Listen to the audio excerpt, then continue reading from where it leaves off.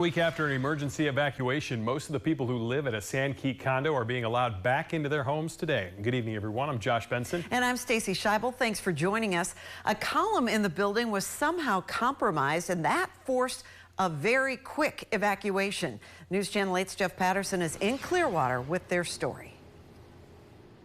Good evening, Stacy and Josh. Well, there is some apprehension tonight, but most of the people who live in this damaged condo are being allowed to return to their homes tonight if they want to.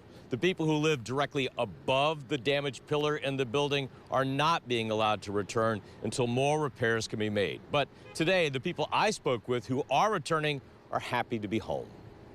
One by one, with suitcases in tow, the residents of the South Beach 3 condos on Sandkey returned today. I'm very happy to be able to come back home.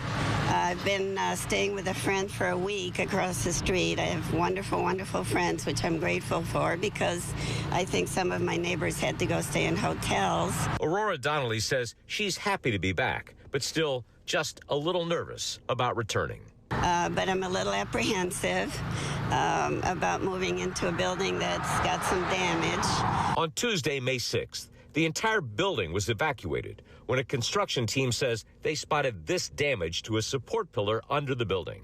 Since then, building management has worked with the city and an engineering team to shore up the support of the building.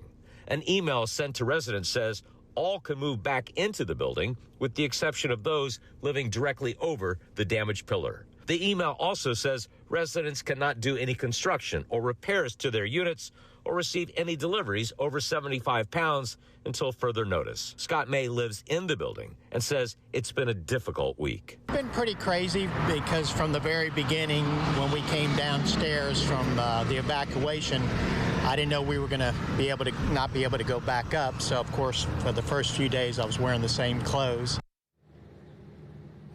The email from management to residents advises them they're not allowed to do any repairs to their units or any construction in their units, and they don't want them moving anything inside their units that is over 75 pounds. But tonight, those residents, again, that I spoke with are just happy to be back in their own unit.